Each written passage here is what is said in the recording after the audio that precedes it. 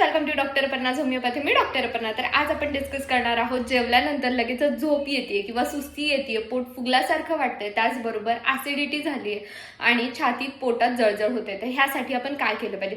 सर्वात प्रथम तुम्हाला हेल्दी हॅबिट्स लावून घेतला पाहिजे आणि त्या कशा ते आज आपण बघणार आहोत. ऍक्च्युली जेवल्यानंतर लगेचच आपलं ब्लड शुगर लेवल वाढलेली असते आणि त्यामुळेच इन्सुलिन स्पाइक होतो आणि त्याचबरोबर तुमचं जेवून लगेचच आडवं पडलं किंवा झोपलं किंवा बसलं तर ब्लड शुगर लेवल अजून जास्त प्रमाणात वाढते आणि त्यामुळे पोटावरती चरबी किंवा फॅट जमा व्हायला चालू होते आणि त्यामुळेच आपल्याला पोट फुगल्यासारखं वाटतं.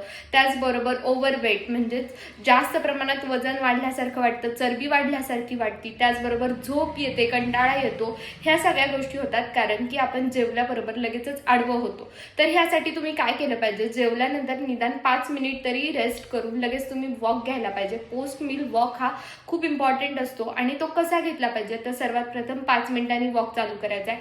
सेकंड 10 ते 15 मिनिट चालायचे आणि थर्ड स्लो चालायचे, फास्ट चालायचं नाही, म्हणजेच तुमचं पोट दुखणार नाही आणि जो ब्लड शुगर लेवल जेवणानंतर वाढतो तो कंट्रोल होण्यास मदत होईल.